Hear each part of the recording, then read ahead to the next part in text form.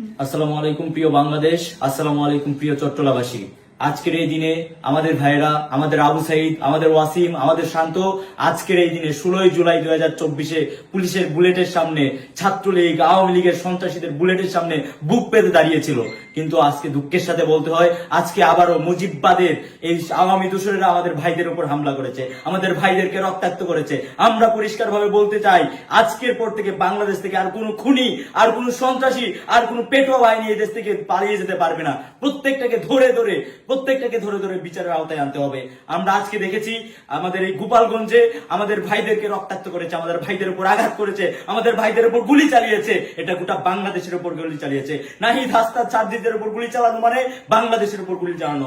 আমরা দেখেছি জুলাই আগস্টে আমাদের ভাইদের উপর যেভাবে হামলা করা হয়েছিল, জুলাই আগস্টে আমাদের সহযোদ্ধাদের উপর যেভাবে হামলা করা হয়েছিল, জুলাই আগস্টে যেভাবে শান্ত, ওয়াসিম এবং আবু সাইদদের গুলি করা হয়েছিল, ঠিক একইভাবে আজকে 2025 সালে এসে 16 জুলাই আবারও আমাদের ভাইদের উপর গুলি চালানো হয়েছে, যেখানে প্রশাসন, পুলিশ এবং সেনাবাহিনী পর্যন্ত নীরব দর্শকের ভূমিকা পালন করেছিল।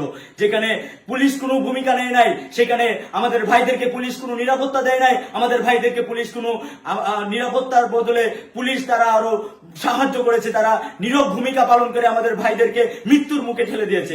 আমরা পরিষ্কার ভাবে বলতে চাই, মুজিববাদের কোনো পুলিশ এই বাংলাদেশ পুলিশে আর থাকতে পারবে না, মুজিববাদের কোনো ব্যক্তি আর বাংলাদেশের প্রশাসনে থাকতে পারবে না। আমরা ঘোষণা করছি এবং বীর চট্টলা থেকে আজকে ঘোষণা করছি, আজকে আমাদের বিকেল 5টায় 16 শহর ক্যান্টনমেন্টে আমাদের বসার কথা ছিল। 16 শহর আমাদের আন্দোলনের ক্যান্টনমেন্ট। আজকে এই বিকেল 5টায় আমরা মুজিববাদের বিরুদ্ধে কবর রচনা ঘোষণা করব। প্রয়োজনে 32 নাম্বারকে যেভাবে ধুলার সাথে মিশিয়ে দেওয়া হয়েছে, গোপালগঞ্জের মুজিববাদের চিহ্ন পর্যন্ত ধুলার সাথে মিশিয়ে দেব। আমরা আজকে প্রিয় দেশবাসীকে ঘোষণা করছি, সবাই প্রত্যেকটা থানায়, প্রত্যেকটা উপজেলায়, প্রত্যেকটা জেলায়, সবাই সব জায়গায় যেখানে আসেন মুজিববাদের কবর রচনা করেন। কোন খুনি যেন আর পালিয়ে যেতে না পারে, সেটুকু নিশ্চিত আমাদেরকে করতে হবে।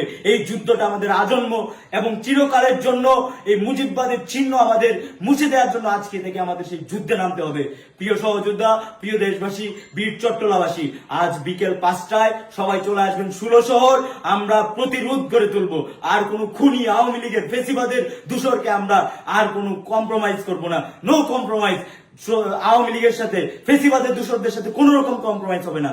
প্রিয় দেশবাসী, সবাই সবার জায়গা থেকে সচেতন থাকেন এবং আজকে এই মুহূর্ত থেকে আপনারা প্রতিরোধ করে তোলেন। প্রত্যেকটা জায়গায় কর্মসূচি দেন, প্রত্যেকটা জেলায় কর্মসূচি দেন।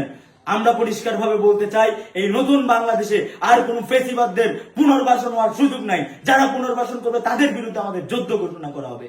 আমরা পরিষ্কার ভাবে বলতে চাই, কোন রকম যদি কেউ পালিয়ে যাওয়ার সাহায্য করে, তাহলে তাদের বিরুদ্ধে আমাদের অবস্থান থাকবে, তাদের বিরুদ্ধে আমাদের আন্দোলন চলমান থাকবে।